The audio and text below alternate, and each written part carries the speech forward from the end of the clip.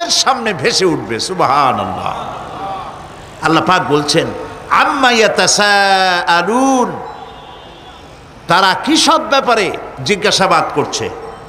আনিন নাবাইল আযীম, সেই মহা ব্যাপারটি, সেই মহা খবরের ব্যাপারেই কি তারা এসব প্রশ্ন করছে?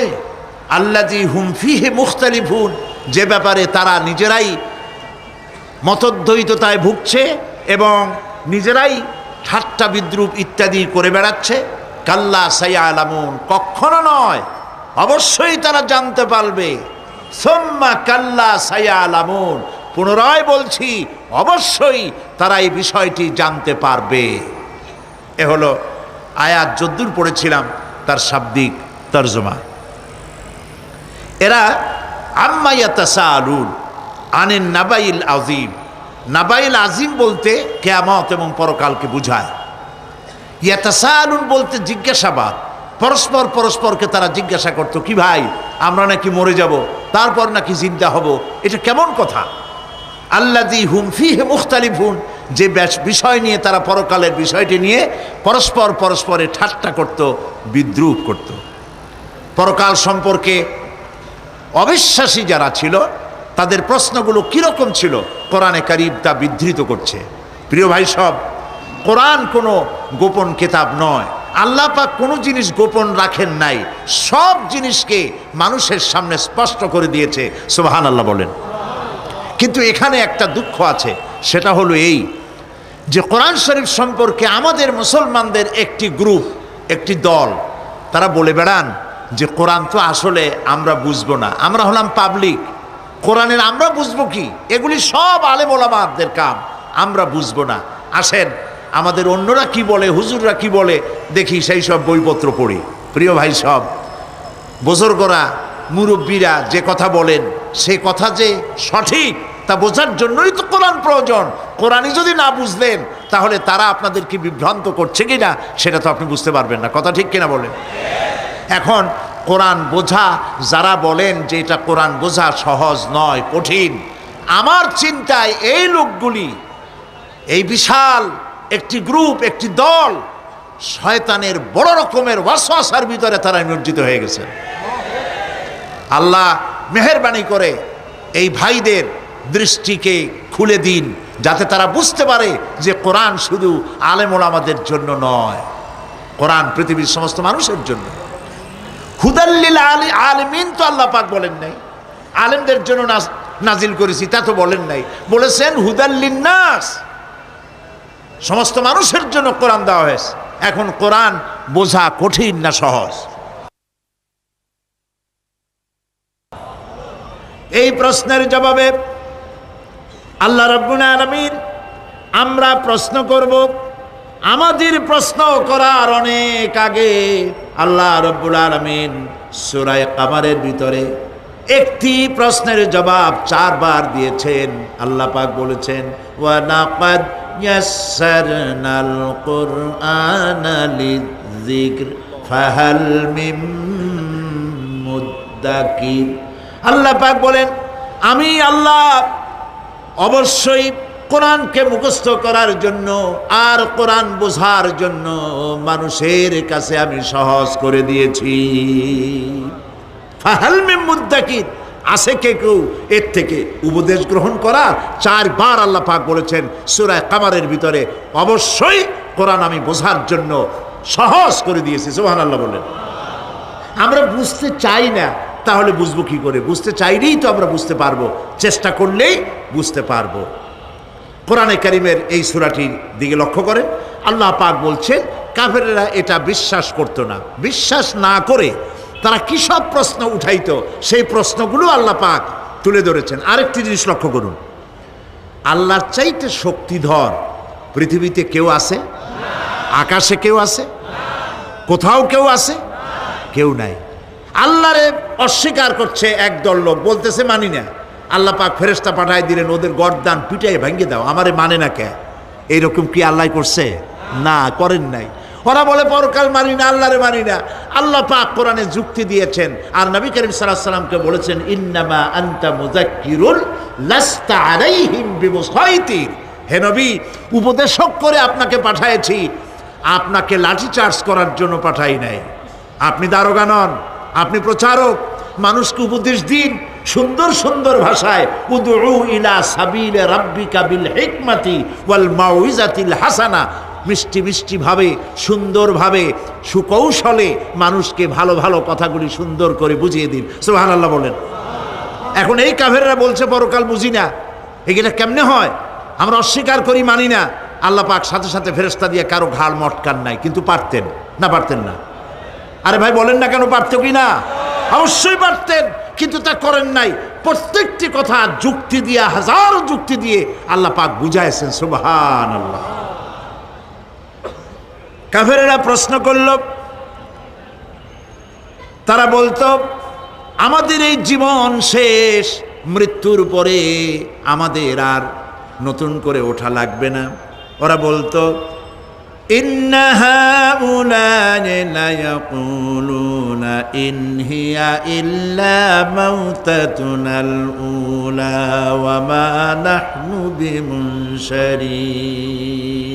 তারা বলতো এই জীবনটাই আমাদের শেষ, এইখানে আমরা মৃত্যু ছাড়া, আমাদের এই জীবন ছাড়া আর কিছুই নাই, আর আমাদেরকে পুনরুত্থিত করা হবে না। পরিষ্কার তারা বলতো যে আমাদেরকে পুনরুত্থিত করা হবে না। এরপরে তারা আরো বলতো মা নাদরি মাসসাআতু ওয়ান নাযুন্নু ইল্লা যান্না ওয়া মা নাহনু বিমুস্তাইকিনিন। ওরা বলতো কিয়ামত কি জিনিস তা আমরা জানি না, আমরা বুঝি না, আমরা শুধু অনুমান করি মাত্র, আর আমাদের বিশ্বাস হলো আমাদেরকে কখনোই উঠানো হবে না, পুনরুত্থিত আমরা হব না। প্রিয় ভাই সব, এইভাবে তারা পরকালকে অস্বীকার করার কথাগুলি তারা বলতো। কাফেরেরা প্রশ্ন তুলতো আমরা আর আমাদের মৃত্যুর পরে আর আমাদেরকে জিন্দা করা হবে না। আখিরাতের জীবন সম্পর্কে কাফেরেরা আরো বলতো ওয়াকালু আইযা কুন্না ইযামান ওয়া রুফাতান আইন্না লামাবউসুনা খালকান জাদীদা। তারা বলতো যে আমরা মরে যাওয়ার পর আমাদের গোশতগুলি মিশে যাবে, হাড্ডি গুড্ডিগুলি পচে যাবে, এরপরে আমাদেরকে নতুন করে চিন্তা করা হবে। এটা মাথার মধ্যে ঢোকে না। কি আশ্চর্য ধরনের কথাটা, হবে কি করে?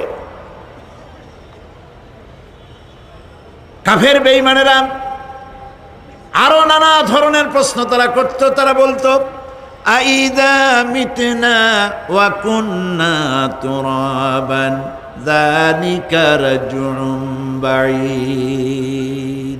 আমরা মাটিতে মিশে যাব, তারপরেও কি আমাদেরকে চিন্তা করা হবে, আমাদেরকে আবার উঠানো হবে? এটা তো বুদ্ধির, এটা চিন্তার বাইরের কথা, এটা তো মানতে পারি না। আসলে কাফেরদের এই বক্তব্য অনুযায়ী পরকালের জীবন বুদ্ধি বহির্ভূত নয়। ওরা যে বলে যে এটা আমাদের বুদ্ধিতে কুলায় না, আসলে তারা বুদ্ধি খাটায় নাই। কাফের তো বুদ্ধি খাটায় নাই। যেমন আমাদের ইউনিভার্সিটিতে ঢাকা বিশ্ববিদ্যালয়ে একজন ছিল, বেটা মরছে। হ্যাঁ, আমি নাম নাই নিলাম, আপনারা তো বুঝে ভালাইছেন। সে কয় যে পরকাল বিশ্বাস করি না, বিয়া টিয়া মানি না। মরা এটা হইতে পারে, কিন্তু মরার পরে আরেকটা জীবন হবে, ওইখানে হিসাব হবে, বিচার হবে, এই সমস্ত মানি না। এর থেকে আমি মরার পর হ্যাঁ মানে গোসল করাইও না, কাফন পরাইও না, জানাজা মানাজা এইগুলি আমি বিশ্বাস করি না। নাউযুবিল্লাহ। কত বড় কপাল পোড়া, কত বড় কপাল পোড়া! ও মরার পর তার এই চিন্তা সম্পর্কে যখন আমি জানতে পেরেছি, আমার ধারণা হয়েছে ওই লোকটার উপরে আমার খুব দুঃখ হয় না। যেরকম কত কাফের আসছে, কত নাস্তিক আসছে, বিদায় হয়ে গেছে, এগুলো কোনো ব্যাপার না দুনিয়ার ইতিহাসে। সব থেকে বড় ব্যাপার হলো এই লোকটি বাংলা বিভাগে বছরের পর বছর, যুগের পর যুগ শিক্ষকতা করেছে ঢাকা বিশ্ববিদ্যালয়ে। সে কত সোনার টুকরা ছেলেকে কয়লার খনি বানায় দিয়েছে। এই জন্য বিশ্ববিদ্যালয়ে যারা চাকরি করে সরকারের দেখা উচিত কাদেরকে চাকরি সেখানে শিক্ষকতা করার জন্য কাদেরকে নিয়োগ করা হচ্ছে, তারা নামাজি কিনা, তারা পরিষ্কার কিনা, তারা জেনাকার কিনা, তারা মদ খায় কিনা, তারা শয়তানি করে কিনা, দেখে শুনে ভালো মানুষ দেওয়া উচিত। মরে গেল, তারপরে তাকে রাখা হলো ডায়াবেটিক সেন্টারের মারিচুয়ারি ডিপ ফ্রিজের মধ্যে। তিনি বলে গেলেন, আমি মরার পর আমাকে মেডিকেল কলেজে পাঠায় দিও, তারা আমারে কাটা ছেঁড়া করিয়া তারপরে অপারেশন শিখবে। তো তার নসিহত অনুযায়ী তাই করা হলো, ওসিয়ত অনুযায়ী। যখন মেডিকেল কলেজের ছেলেরা টের পেল যে ওই নাস্তিকরে আনতেছে মেডিকেল কলেজে অপারেশন করে আমাদের শেখাবার জন্য, তারা বললো আল্লাহর হস্তে মাপ চাই, এই শয়তানের এদিকে আনবেন না। কারণ সারা জীবন সে আল্লাহরে মানে নাই, অস্বীকার করেছে। পরে কাটা ছিঁড়া করে আমরা যদি কিছু শিখি তো তাই দিয়া যে রুগী ভালো হবে অপারেশন করলে সেটাও মরবে। সুতরাং মাপ চাই, ফিরাইয়া এখন ওইটার কি অবস্থা হয়েছে আমি জানি না, লেটেস্ট নিউজ জানি না কোথায় আছে। যদি এখন কবর তো কপালে হইল না, এখন যদি রাস্তাও ভালায় দেয় আমাদের দেশের কুত্তাও খাবে না। কারণ কুত্তাগুলি আমাদের দেশে এত অভদ্র না যে এত পচা বাসি লাশ খাবে, ওদেরও একটা রুচি টুচি আছে। প্রিয় ভাই সব, এদের চিন্তা, এদের বুদ্ধি হলো, এদের বুদ্ধি সীমিত বুদ্ধি। আর আল্লাহ কোরআনে বুদ্ধির কথা বলেন নাই, আল্লাহ বলেছেন জ্ঞানের কথা। আর ওরা হলো বুদ্ধিজীবী। ওরা কি জীবী কন? বুদ্ধিজীবী। আচ্ছা, আপনারা একটা প্রশ্নের জবাব দেন তো, দুনিয়ার সব থেকে বড় বুদ্ধিজীবী কেডা? মাশাআল্লাহ, আপনাদের ওয়াজ না শুনাইলেও হবে, আপনারা তো জানি ফেলাইছেন সব। সব থেকে বড় বুদ্ধিজীবীর নাম হলো শয়তান। আর সব থেকে বড় জ্ঞানীর নাম হযরত আদম আলাইহিস সালাম। মানুষের মধ্যে সর্বপ্রথম আল্লাহ তাকে জ্ঞান দান করেছিলেন। সুবহানাল্লাহ কন।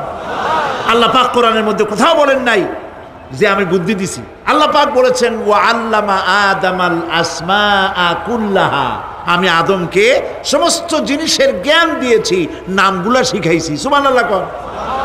ওয়ালাকাদ আতাইনা লুকমানাল হিকমা, আমি লোকমানকে জ্ঞান দান করেছি। ওয়ালাকাদ আতাইনা দাউদা ওয়া সুলাইমানা ইলমা, আমি দাউদ আর সুলাইমানকে কি দিছি? বুদ্ধি দিছি। কি দিছি? জ্ঞান দান করেছি। ইব্রাহিম আলাইহিস সালাম বলেছেন, হে আমার আব্বা, হে আমার পিতা, আমার কাছে এমন জ্ঞান এসছে যে জ্ঞান আপনার কাছে নাই। ফাত্তাবিউনি আহদিকা সিরাতান সাবিয়্যা, আপনি আমার অনুসরণ করেন, আমি আপনাকে সোজা রাস্তায় উঠায় দেব। সুবহানাল্লাহ, আমার কাছে এমন ইলম আসছে। কোরআনে কারিমে আল্লাহ রাব্বুল আলামিন বুদ্ধি শেখো, আল্লাহর কাছে বুদ্ধি কামনা করো, এটা তিনি এক জায়গাও বলেন নাই। বলেছেন আমার কাছে দোয়া চাও, রব্বি জিদনি ইলমা। পড়েন সবাই, রব্বি জিদনি ইলমা। আবার বলেন, রব্বি জিদনি ইলমা। আয় আল্লাহ, তুমি আমার জ্ঞান বৃদ্ধি করে দাও। শয়তান ছিল বুদ্ধিজীবী, আদম আলাইহিস সালাম ছিলেন জ্ঞানী। শয়তান শুদ্ধা। আল্লাহ পাক যখন সকলকে বললেন উসজুদু লিআদামা, সবাই মিলে আদমরে সেজদা দাও, ফাসাজাদু, সবাই মিলে সেজদা করলো, ইল্লা মিস্টার ইবলিস সেজদা করলো না। আবা ওয়াস্তাকবারা ওয়া কানা মিনাল কাফিরিন, কপাল পুড়ল, জম্মের পোড়া। এখন ও যে বুদ্ধিজীবী, দুনিয়ার বড় বুদ্ধিজীবী, দেখেন অবস্থা। আল্লাহ পাক জিজ্ঞেস করলেন, ইবলিস রে, আমার হুকুমটা তুই মানলি না কেন? কোন জিনিস তোরে বাধা দিল আমার হুকুম অমান্য করতে? মানলি না কেন? ও তখন, ও তো বুদ্ধিজীবী, বুদ্ধির আশ্রয় নিয়েছে। সে বলছে, আল্লাহ পাক, এটা মানি নাই একটা বৈজ্ঞানিক কারণেই, একটি দার্শনিক কারণেই মানতে পারি নাই। কারণ হচ্ছে খালাকতানি মিন নার ওয়া খালাকতাহু মিন তিন, তারে বানাইছো মাটি দিয়া, আমারে বানাইছো আগুন দিয়া, আনা খায়রুম মিনহু, আমি ওর থেকে অনেক ভালো। নাউযুবিল্লাহ, কত বড় কপাল পোড়া। আগুনের গতি হলো ঊর্ধ্বমুখী, মাটির গতি নিম্নমুখী। ঊর্ধ্বগতি সম্পন্ন একটা জিনিসকে নিম্নমুখী জিনিসের সামনে মাথা নত করতে বলা তোমার একটা অবৈজ্ঞানিক অদার্শনিক হুকুম হয়ে গেছে। নাউযুবিল্লাহি মিন যালিক। আল্লাহ পাক বললেন, ইন্নাকা রাজিম, মরদুদ, বিতাড়িত, সব আমল বরবাদ করে দিলাম। দেখেন, অপরাধ শয়তান করেছে, অপরাধ আদম আলাইহিস সালামও করেছে। একজন অপরাধ করে শয়তান হয়ে গেল, আর একজন অপরাধ করে আল্লাহর পয়গম্বর হয়ে গেলেন। সুবহানাল্লাহ বলবেন না? কেন? কারণ হলো শয়তান বুদ্ধিজীবী, বুদ্ধির আশ্রয় নিল। আদম আলাইহিস সালাম তিনি বুদ্ধির আশ্রয় নেন নাই, তিনি আকলের, তার জ্ঞানের কাছে তিনি আশ্রয় নিয়েছেন। অর্থাৎ তিনি চিন্তা করতেছিলেন যে আল্লাহ পাক আমাকে নিষেধ করলেন একটা গাছের কাছে যেতে, আমিও গেলাম, বউও গেল, যা নিষেধ করলেন সেটা করলাম। এখন যদি আল্লাহ আমারে প্রশ্ন করেন যে আমার হুকুম অমান্য করলা কেন, কি জবাব দেব? আদম আলাইহিস সালাম জবাব খুঁজে পাচ্ছিলেন না। কিন্তু আমি ওই আয়াত তেলাওয়াত করার পর সর্বপ্রথম সেই ছাত্র জীবনে আমি চিন্তা করলাম জবাব তো একটা দিতে উনি পারতেন।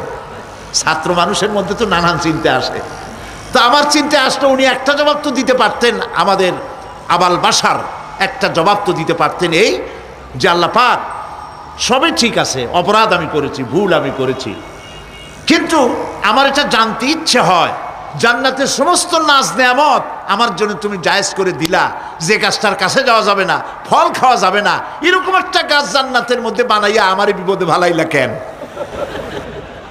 এরকম একটা জবাব তিনি দিতে পারতেন, কিন্তু তিনি দেন নাই। কারণ তিনি বুঝতে পেরেছেন মহাশক্তিধর আকাশ আর জমিনের মালিক আল্লাহ রাব্বুল আলামিনের সামনে আর্গুমেন্ট চলে না,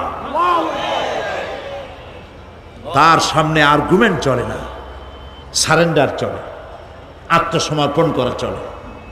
হযরত আদম আলাইহিস সালাম কোনো আর্গুমেন্টের কাছে গেলেন না, কেঁদে কেঁদে অস্থির হয়ে যাচ্ছেন। আল্লাহ রাব্বুল আলামিন যখন প্রশ্ন করবেন, আদম রে আমার হুকুম ভাঙলি কেন, অমান্য করলি কেন, কি জবাব দেব? আর ঠিক সেই মুহূর্তেই রব্বুল আলামিন প্রশ্ন করলেন, আদম রে আমার হুকুম অমান্য করলে কেন? হযরত আদম আলাইহিস সালাম কোনো বুদ্ধির আশ্রয় না নিয়া তার জ্ঞান তাকে বলে দিল, আল্লাহ তাকে কালেমা শিখাই দিলেন।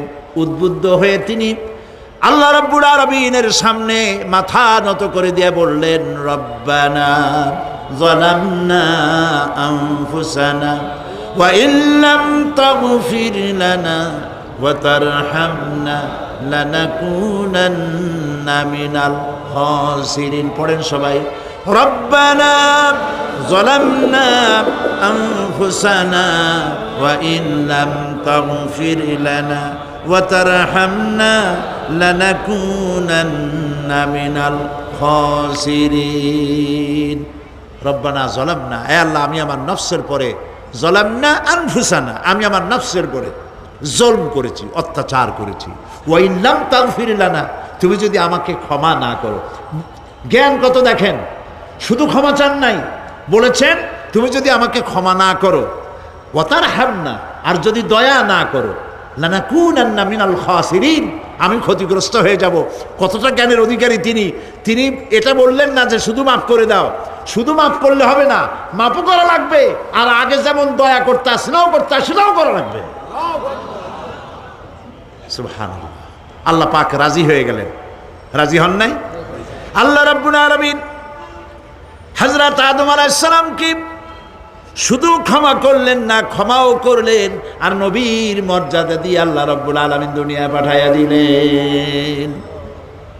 সুতরাং বুদ্ধি দিয়ে কাফেররা বুদ্ধির আশ্রয় গ্রহণ করে সর্বনাশ করেছে, যে পরকাল হইতে পারে না, মরে যাব আবার উঠবো, আবার এই শরীর কেমনে তৈরি হবে, এইটা তাদের বুদ্ধিতে কুলায় নাই। কিন্তু বুদ্ধি দিয়া চিন্তা করলে বোঝা যাইতো যে হ্যাঁ পরকাল একটা হইতে পারে।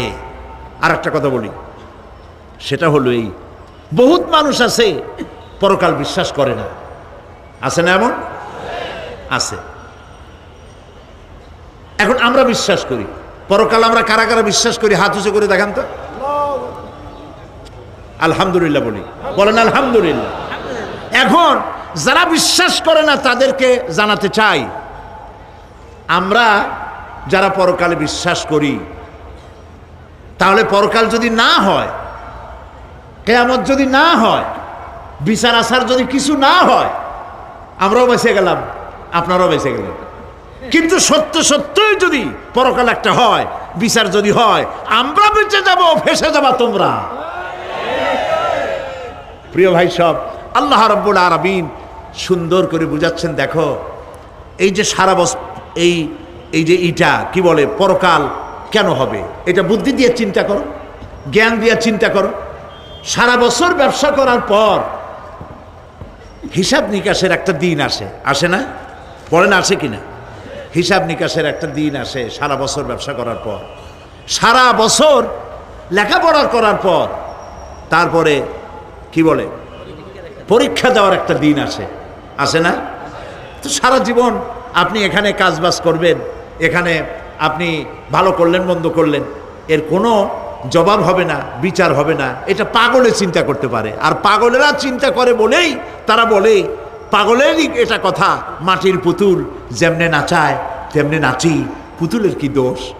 মরিয়া দেখেন, এই গান যারা বিশ্বাস করেন মরিয়া দেখেন অবস্থাটা কি হয়। ফেরেশতারা আসা ধোপায় যেমন কাপড় আশ্রায় ওই রকম ঠ্যাং ধরিয়া